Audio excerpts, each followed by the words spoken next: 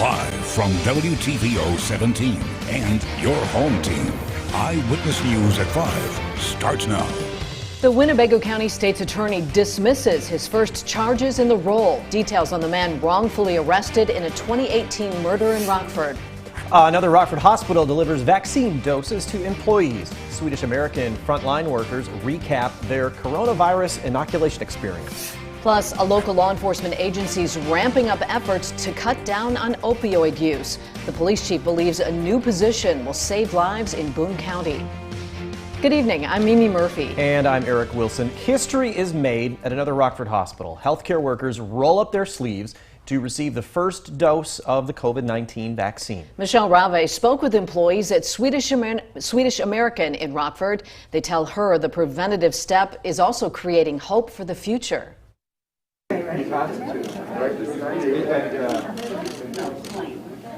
Sarah Christensen Cayozo was the first Swedish-American employee to get the COVID vaccine Thursday morning.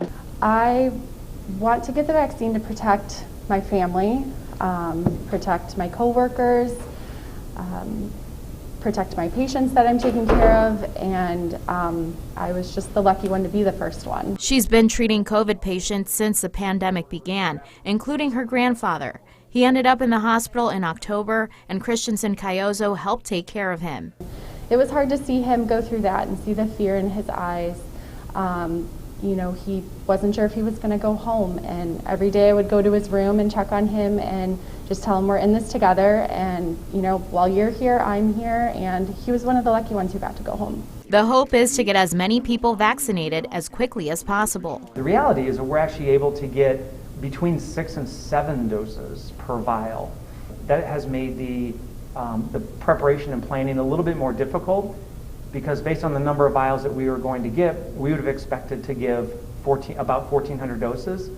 The reality is, because of the way that we make it, we'll actually be able to get closer to 2,000 doses. Dr. James Cole says this vaccine brings much needed hope, especially to medical staff. So this is an absolute morale booster. We hope that everybody is going to take advantage of this great opportunity to get immunized.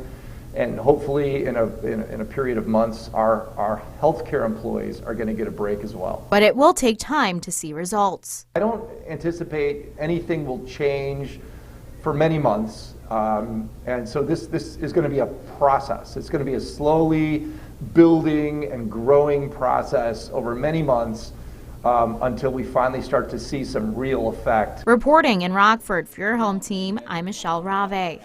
Illinois Governor J.B. Pritzker gives an update on the statewide Pfizer vaccine rollout. He says the first batch was distributed smoothly, making room for the 43,000 new doses that arrived today. Meanwhile, the state's top health official says vaccine vials can be stretched farther than first expected, as we heard in Michelle's story there. Dr. Ngozi Ezike says 6 doses can come from a single vial. Initial projections were 5. I did not know that there was the potential to extract a 6th dose. I think it was when the vaccines were rolled out and people were drawing it up and they gave the 5th vaccine. I'm like, wait, there's still more here, and figured out that there was enough, you know, how many ever cc's, it's enough for an entire 6th dose. Coronavirus cases in Illinois are up after nearly 9,000 new positives are reported over the last 24 hours. This brings the state case total to just under 880,000 since the start of the pandemic. State health officials say 181 additional lives were lost due to the virus. That includes 6 patients in our viewing area. Illinois' death toll now stands at over 14,800. More than 12 million COVID tests have been processed statewide this year. A Rockford woman's accused of setting a house on fire with several residents still inside. Police say Jennifer London's behind yesterday's 2-alarm fire on Green Street. Investigators were called to the scene around 9 a.m. where they discovered a lighter on the ground near the back porch. 8 people were able to escape unharmed. Fire officials say the home is now unlivable. The family is being helped by the Red Cross. London was due in court today. No word yet on a motive. Winnebago County State's Attorney Jay Hanley dismisses first-degree murder charges against a man who's been in jail for over a year. Investigators say payroll records clear Shawnquez Lee of the February 2018 murder of 23-year-old Julian Young Jr. That day, investigators found Young Jr. dead inside a home near South Henrietta Avenue and Green Street. Over a year later, a witness picked Lee out of a lineup and he was arrested. In addition, DNA evidence did not link Lee to the crime. The Belvedere Police Department cracks down on opioid abuse in the community. Ari Bruckman caught up with Police Chief Shane Woody and shares details on a new position on the force aimed at getting drugs off the streets and saving lives in the process. The opioid crisis has taken many lives in the past few years, which is one reason why the Belvedere Police Department and Rosecrans are teaming up to fight it. There have been 43 opioid deaths just in Boone County since 2015. Belvedere Police Chief Shane Woody tells me they plan to add an officer to the force to focus only on this issue. The next step was going to be to take it to the Belvedere City Council and get their approval for the police department to partner with the health department in applying for the grant. Because part of the grant process is going to require the police department to hire an additional officer. So that way we can assign a veteran officer to the grant program. And without sacrificing any services to the public. Chief Woody says this officer will work not only in Belvedere but across Boone County to help them address the root of the problem and help better serve the Belvedere community. In Belvedere, for your home team, I'm Ari Bruckman. A local law enforcement agency teams up with Rock Valley College to train inmates for a career after their release. The Winnebago County Sheriff's Office and RVC are launching the TechWorks Training Initiative. Eligible inmates will have the opportunity to develop technology and manufacturing skills that could lead to a job in the CNC machining field. Classes will be held at the Winnebago County Jail. When training is over, participants will take a certification test. The inmates come out and say, you know what, I feel better about myself, I feel good about myself, I can do this, I have confidence, and they do it. They get a job, and now they're contributing. So we take a hopeless situation, and we're turning it into a very successful situation. Inmates will also learn how to put together a resume and cover letter to prepare for the job hunt. Tonight is one of your last chances to check out a new holiday activity in the state line. This is the final weekend of the Christmas Spectacular drive-thru at City First Church. The free lights display is designed to keep visitors safe while celebrating the Christmas season. City First partnered with several local businesses to make it all happen. Tonight through Saturday are your last options. Lights turn on at 5:30 p.m. and shut off at 9. It's been a busy season for City First Church. Parishioners continue to spread hope this Christmas by hosting a drive-through toy distribution this afternoon. Church leaders gathered and wrapped over 1,000 presents for local students in need. The toy drive's an annual tradition with Constance Lane Elementary. This year it was expanded to families at Ellis Elementary, making it the biggest giveaway yet. Organizers say watching the students open the gifts is a present in itself. They do a countdown and everybody opens at once. And it is like somebody exploding glitter all over a room. They go at it, and the smiles and the cheers and the laughter. The school's partnered with Northern Illinois Food Bank to hand out food boxes as well. Now your first warm weather forecast with meteorologist Kevin Doom. Temperatures are pretty seasonable across most of the area today in the lower 30s across much of the state line. Rockford, however, was the outlier. We did reach the upper 30s. The normal daily high is 32 degrees. However, temperatures have dropped down to the upper 20s and lower 30s ever since that sun started to go down. Temperatures have not wasted any time in cooling down. 32 is the current temperature here in Rockford, all the way down to 28 in Freeport. For those of you down in DeKalb, 31 degrees and 29 for a current temperature down in Rochelle. Here's a live look over downtown Beloit using a Mercy L Skytrack. We just saw a pretty nice sunset as a result of some clearing in our cloud cover after seeing mostly cloudy skies for the first half of the day, and that is one reason why temperatures are cooling down so quickly. You can see on our radar that gradual clearing in our cloud cover over the last several hours. So now we're seeing some partly cloudy skies, as we will for the next several hours. However, some additional cloud cover is going to be moving in from the west and building up through the day tomorrow. And this is because we have a plume of moisture moving in from the west, which is going to be bringing us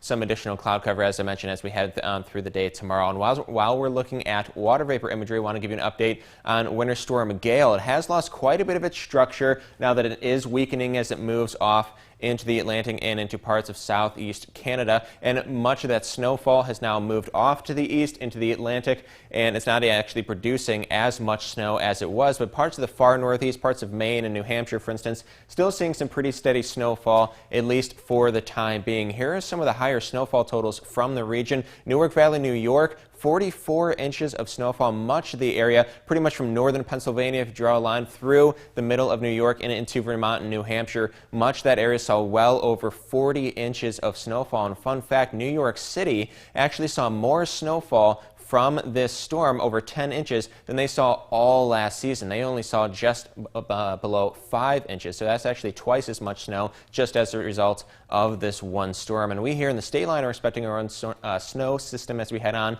into the weekend, but shouldn't really amount to much, if anything. As I mentioned, we're going to hang on to partly cloudy skies through the night tonight, but clouds will build through the morning tomorrow. You can see that increase in our cloud cover there, and that will lead to more mostly cloudy skies. So for most of our Friday, we should be looking at mostly cloudy skies. Then as we head into the late evening and eventually overnight hours, a cold front is going to be pushing through, which will bring us a chance for a little bit of wintry mix here and there. We're pretty much going to hang on to this chance for some scattered mix through most of the day on Saturday, but even when we're not seeing any precipitation, we will likely still be seeing some mostly cloudy skies to kick off our weekend. Now tonight, temperatures will drop into the lower 20s, probably even dipping down into the teens in several areas. Partly cloudy skies turn into mostly cloudy for most of the day tomorrow. Now, even though the thermometer should read mid to upper 30s, it's going to be pretty breezy out there. Winds gusting anywhere from around 20 to 25 miles an hour. That should likely keep wind chills down into the 20s for most of the day. Much of this week actually going to be spent in the upper 30s, probably even hitting 40s for a day or two, but looking ahead to Christmas Eve, we're expecting a big cool down just in time for the holiday. Temperatures may not escape the teens for Christmas or Christmas Eve. Now, the Napleton Sports Desk with David Greenberg. Yesterday was the first day for high school student athletes around the country to formally commit to which collegiate program they'd be attending. We've had a few local athletes sign with various universities over the last 24 hours or so, and today there was another. Winnebago's Natalia Martino had her signing earlier this morning. Martino will continue her academic and athletic career at Portland State as a member of the cross-country team. Portland State is a Division I program. Friends, fellow teammates, and coaches were also in attendance to accompany her on her special day. The more and more information I found, it's like, okay, this feels like the right fit for me. It has the program that I want. I can make the team. I can run with girls on the team. I won't be the best, but I won't be the worst, so which is nice. So hopefully that allows me to improve myself as a runner. She's a grinder. Even though she's got talent, a lot of kids like to rest on their talent, but the great ones find a way to work and grind at their craft. Even though they have ability, they don't rely on it. Much like the year 2020, the Bears season has been a roller coaster of ups and downs, specifically for Mitchell Trubisky. From being benched at halftime in Week 3, Mitch has now reclaimed the starting spotlight. He looks confident again. He credits that to the coaching staff implementing his suggestions on offense. Throughout the years, we've all watched Aaron Rodgers' reign of terror on opposing defenses, but nobody's had a better view than Packers kicker Mason Crosby. Rodgers and Crosby are one of the all-time great quarterback-kicker duos in league history. Crosby's 57-yard field goal secured the Packers' victory last week. Yesterday, he joked about how sometimes Rodgers just makes his job a little bit too easy. Every time I think we're in a situation where I'm going to go out there and kick a field goal, he seems to keep finding ways to get that ball in the end zone. So, yeah, I've been very fortunate to be on the sideline. Coming up tonight, it's Thursday night football. The LA Chargers and the Las Vegas Raiders in action over on our sister station, Fox 39. Kickoff in that one set for 7:20. That's it for sports. We'll be right back.